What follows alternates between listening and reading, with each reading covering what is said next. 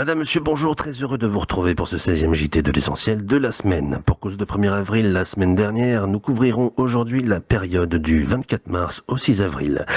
À mes côtés, une fois n'est pas coutume, elle est pimpante, elle est fringante, Francine Schmitz. Bonjour, très cher fan. Mes hommages, mon cher Jackie Hudson. Encore une semaine bien remplie que nous avons hâte de partager avec vous, nos téléspectateurs préférés. Voici les titres de ce journal. Dans un premier temps, nous commençons avec les faits divers. De nombreux braquages, mais aussi des braquages de transport de fonds. Côté citoyenneté, la grève commence. Sécurité à présent, un démantèlement et des représailles pour le BCSO. Et un démantèlement de laboratoire de drogue pour le LSPD. Pour la justice, nous vous parlerons d'une amende administrative pour le BCSO. Petit coup d'œil à la citoyenneté. There's a new sheriff in town. Et nous finirons avec de la politique. Une condamnation pour le trésorier du parti Youpi, mais aussi le retour des municipales sur l'île. Commençons ce journal par les faits divers, et le premier de ce JT regroupe et résume beaucoup de choses. Et il serait impossible pour nous de vous détailler les faits d'agression et de braquage sur 2 semaines, mais nous sommes en droit de nous poser la question de la raison de l'augmentation des actes criminels. Pour faire court, le 25 mars, une bijouterie a été braquée sans interpellation. Des civils et des agents du service public seront également braqués par 2 personnes de la meute qui finiront interpellées côté LSPD. Pour le BCSO, il y aura un braquage de bijouterie, une attaque de convoi et une fusillade qui blessera gravement 5 agents. Malheureusement, les jours suivants se ressembleront. Entre braquage de transport de fonds par les Families ou encore les Southlands, rixes entre les membres des Vagos et de la meute, et échange de tirs avec les policiers, braquage de banque et de bijouterie, agression à main armée pour laquelle 2 mains seront arrêtés. Le moins que l'on puisse dire, c'est que les forces de l'ordre n'ont pas le temps de chômer. Faits divers toujours avec des braquages de transport de fonds. En effet, nous avons déjà abordé le sujet sur des JT précédents de la recrudescence des braquages de transport de fonds. Le 25 mars, ils subiront une attaque des Aztecas, le surlendemain par le groupe des Southlands, et le 29 mars, ce sont les Families qui s'attaqueront à G6 avec une prise d'otage à la sortie du Black Cat pour lequel 6 braqueurs prendront 6 personnes en otage pour négocier. Les agents de G6 sont moralement fatigués de se sentir constamment menacés et surtout de l'échelle de la violence avec laquelle ils se font agresser. C'est pourquoi nous enchaînons sur la catégorie citoyenneté pour parler plus en détail des résolutions des entreprises G6 et Union Depository. Les braquages se faisant de plus en plus violents, le STFU, syndicat des transports de fonds unis, a contacté directement le gouvernement afin de réviser les condamnations pour les augmenter de manière permanente. Malheureusement, le gouverneur a refusé d'accéder à leur demande. En colère, l'entreprise G6 a pris la décision de débuter une grève et d'arrêter complètement leur activité depuis ce dimanche 6 avril, 14 heures, comme l'indique le préavis publié sur nos canaux.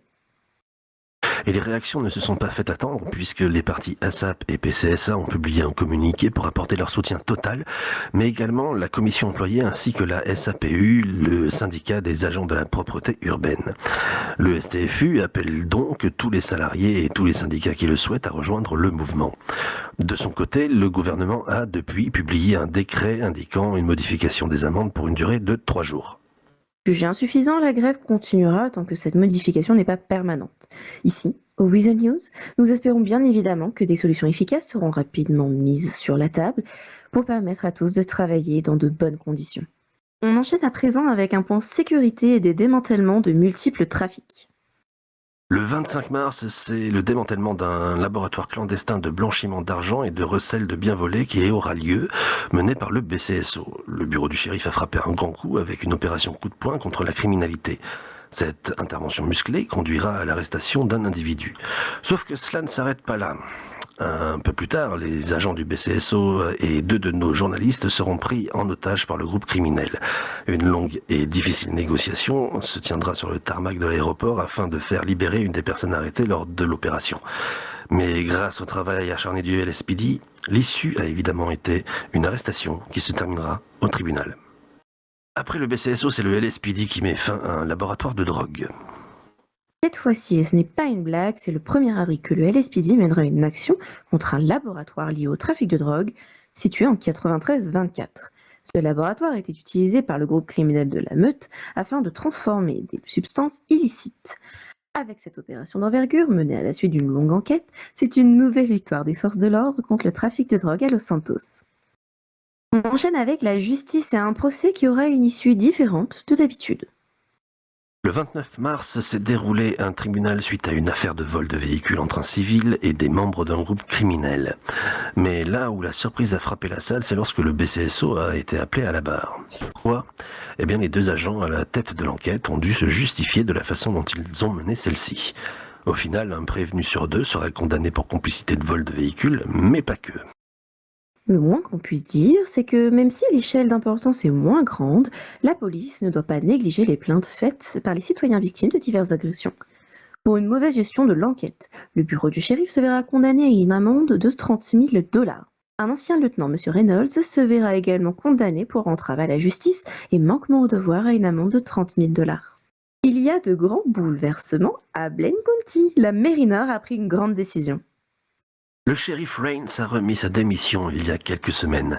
Le maire, M. Deers, a donc réuni un conseil municipal pour échanger sur les prétendants au poste et un nouveau shérif a été nommé ce dimanche 6 avril. La personne qui sera dorénavant en charge du BCSO sera donc M. Norris. Nous lui souhaitons la bienvenue et bonne chance pour la suite. Parlons politique, mais aussi de justice, puisqu'il s'agit ici de la condamnation d'un patron alors à la tête d'un parti politique. Il s'en est passé des choses durant ces dernières semaines et le moins qu'on puisse dire, c'est que nous sortons des sentiers battus avec ce procès. Les actionnaires majoritaires de l'entreprise Human Labs et président et trésorier du parti Youpi, messieurs Calabron et Kidd, ont été au cœur d'un procès le vendredi 28 mars. Condamnés pour le délit moyen de mise en danger de la vie d'autrui, ces derniers ont déposé un recours qui s'est déroulé mardi 1er avril. Et quand bien même M. Mick se verra relaxé et remboursé de l'amende du premier procès, la juge Cooper condamnera M. Calabron pour mise en danger de la vie d'autrui et non-assistance à personne en danger à hauteur de 25 000 $ d'amende, dont 15 000 de la première instance seront déduits, ainsi qu'un dédommagement de 5 000 $. Madame Daisy Mackenzie gardera la première condamnation. Depuis, M. Calabron a vendu ses parts et a quitté la trésorerie du parti. On continue toujours avec la politique, les municipales ont fait leur grand retour. Ce soir, c'est la fin du mandat pour les mairies du Nord et du Sud. Pour les deux mairies, il n'y aura malheureusement qu'un seul parti candidat. Pour le Nord, c'est M. Dembala qui se présente pour succéder à M. Deers, tandis que pour le Sud, M. Spencer et Kirby rempilent pour un second mandat. Il ne tient qu'à vous de montrer votre soutien ou non en votant. Et pour vous aider à choisir entre le candidat et un vote blanc, vous pouvez retrouver les interviews de chacun d'eux sur nos canaux pour vous convaincre. Alors à vos votes.